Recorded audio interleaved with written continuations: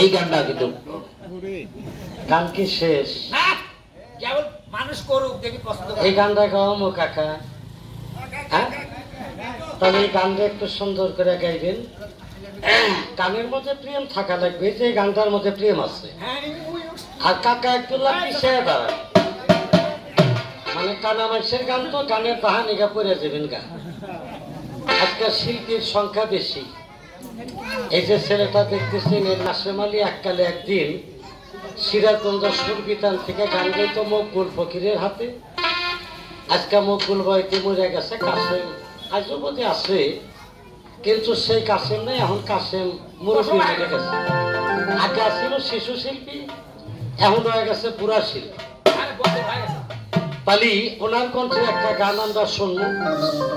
আবার অনেকে মনে মনে ভাবতেছে আইনাল ভাই মেলা দিন পরে আসলো, তালি বোধহয় যে দজবঙ্গ দাঁতর কোনো ওষুধ বিক্রি করবো।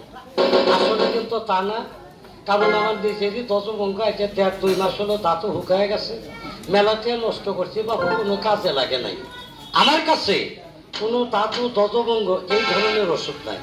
কইবেন তাহলে তোমার কাছে দাঁতুর ওষুধ নাই, কিসের ওষুধ আছে? নামটা যদি একটু